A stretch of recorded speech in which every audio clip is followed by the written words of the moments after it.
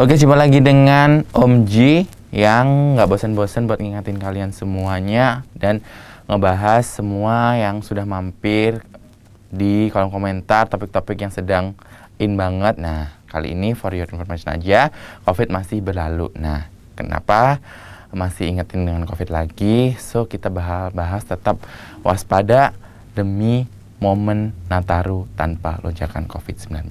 Nah, hari ini gue bakal bahas tentang COVID-19 lagi dan lagi COVID karena masih terus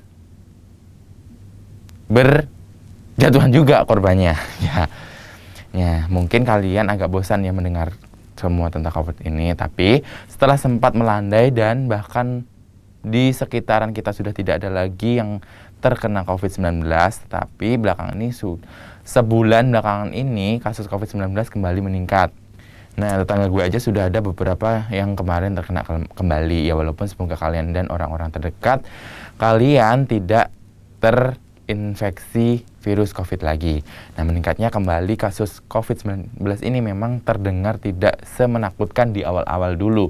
Tapi kembali lagi, menurut gue sih, kita tetap harus waspada. Karena lebih baik mencegah daripada mengobati. Kemarin, Kementerian Kesehatan melaporkan mutasi SARS-CoV-2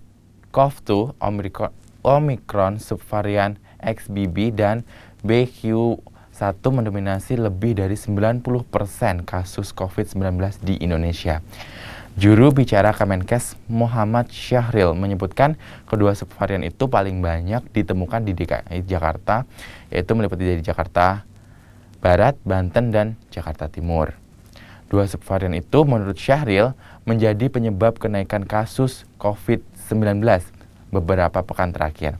Selain itu, keduanya disebut memiliki kemampuan penularan yang cepat namun tidak menyebabkan perburukan gejala klinis. Menteri Kesehatan Budi Gunadi Sadikin menyebutkan kasus COVID-19 di Indonesia sudah mencapai puncak gelombang kasus mutasi SARS-CoV-2 Omicron subvarian XBB ini dan BQ1 sudah mendominasi lebih dari 80% kasus COVID-19 di Indonesia. Dengan kondisi ini, Menkes menilai mayoritas masyarakat sudah memiliki antibodi terhadap COVID-19 yang baik melalui infeksi maupun lewat program vaksinasi virus COVID-19. Nah, bagi kalian nih yang sibuk mengomentari vaksin, konspirasi, COVID ini konspirasi, ayolah, kesampingan itu karena data dan faktanya jelas kok. Menunjukkan adanya korelasi meningkatkan imun tubuh dengan adanya vaksinasi. Nah, apalagi sekarang ini momen menjelang Natal dan Tahun Baru 2023. Kita nggak ingin momen liburan silaturahmi dengan keluarga akhirnya sedikit terganggu akibat adanya kebijakan pembatasan seperti tahun-tahun sebelumnya kan. Makanya yuk sadar diri, ingat orang di sekitar kita untuk selalu waspada. Ya minimal kalau ada orang di sekitar kita belum vaksin, ayo diajak vaksin. Dan diingatkan, semua bukan untuk diri kita sendiri kok. Bukan untuk kepentingan siapapun, tapi balik lagi, semua demi kemaslahatan bersama, demi kesehatan semuanya, dan tentunya demi Indonesia kita tercinta. Tapi perlu diingat nih guys, pemerintah mengeluarkan kebijakan pembatasan atau yang kalian ingat seperti PPKM adalah demi tujuan yang mulia, yakni menekan sebaran kasus COVID-19. Meskipun kita semua tahu nih, tentu bakal kurang nyaman, merasa terkekang dengan kebijakan tersebut. Dan gue sendiri sih jujur terhalang, agenda-agenda gue juga banyak yang tercancel. Makanya guys, sebelum keputusan itu kembali diterapkan, PPKM itu kembali lagi diterapkan, maka ayolah kita sadar diri dan mawas untuk sehat bersama, sayangi diri sendiri dan orang di sekitar kita. Nih gue kasih contoh kasus untuk mawas diri ya guys. Pasien meninggal imbas telat PCR mewaspadai 7 titik zona merah COVID di DKI yang dipublikasikan detik.com pada tanggal 14 Desember 2022. Dalam berita tersebut, pada intinya disampaikan Kepala Seksi Surveillance Epidemiologi dan Imunisasi Dinas Kesehatan Provinsi DKI Jakarta, Dr. Ngabila Salma, yakni baru-baru ini Dinas Kesehatan DKI Jakarta mengungkap mayoritas pasien COVID-19 meninggal lantaran telat dites PCR. Data yang dihimpun hingga 11 Desember menunjukkan dari 534 kematian akibat COVID-19 yang tercatat, rata-rata memiliki jarak tanggal swab PCR dengan kematian kematian ini 4-6 hari. Nah, cukup mencengangkan bukan? Ini ada lagi nih, di Cina juga lebih parah lagi. BF7 disebut menjadi subvarian Omikron baru di balik lonjakan kasus COVID-19 di Cina. Pasalnya, subvarian tersebut menyebar luas terutama di Beijing. Laporan dari Cina menunjukkan BF7 ini memiliki kemampuan infeksi terkuat dari subvarian Omikron di negara tersebut.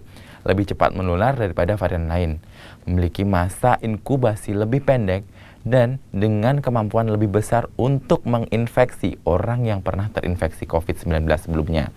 Bahkan akibat itu, dokter sakit di Cina juga tetap bertugas loh kawan. Apa nggak kasihan kalian? Seorang tenaga medis yang kerjanya melayani masyarakat saja sampai dipaksa tetap bertugas meskipun dia mengalami kesakitan. Jangan sampai ya hal-hal ini kembali lagi terjadi di Indonesia, jauh-jauh deh pokoknya COVID-19 itu pergi dari Indonesia. Kuncinya ya tidak lain adalah disiplin dan menerapkan prokes dengan vaksinasi. Bosen sih dibilang bosen, tapi ya mau gimana lagi, semua demi mencegah terulangnya kembali lonjakan COVID-19 di momen Nataru ini. Oke guys, yang terakhir ini pokoknya pesan dari gue menjelang momen Natal baru, libur Natal 2022 dan tahun baru Nataru tahun 2023, mari tetap mewaspadai sebaran COVID-19 dengan berdisiplin, menjaga kesadaran diri, menerapkan protokol kesehatan, dan selain itu, yang terpenting adalah mengikuti program vaksinasi nasional demi menjaga imunitas tubuh dan menerapkan pola hidup sehat. Ayo sadar diri, mawas diri, sehatkan diri, bebaskan diri dan dari sebaran COVID-19, lindungi diri kita, lindungi negeri. Libur Natal dan Tahun Baru aman, bebas dari ketakutan COVID-19. Nah, mungkin cukup sekian ya, semoga menjadi gambaran buat kalian gimana serunya nanti Tahun Baru dan Natal liburan tanpa harus was-was adanya COVID-19. Tetap ingat prokes dan prokes. Yang belum vaksin silahkan segera untuk vaksin di fasilitas-fasilitas yang sudah disediakan oleh pemerintah. Cukup sekian, mungkin ada bahasan yang ingin diulas lagi bisa mampir di kolom komentar. Dan see you again di episode berikutnya. Bye-bye.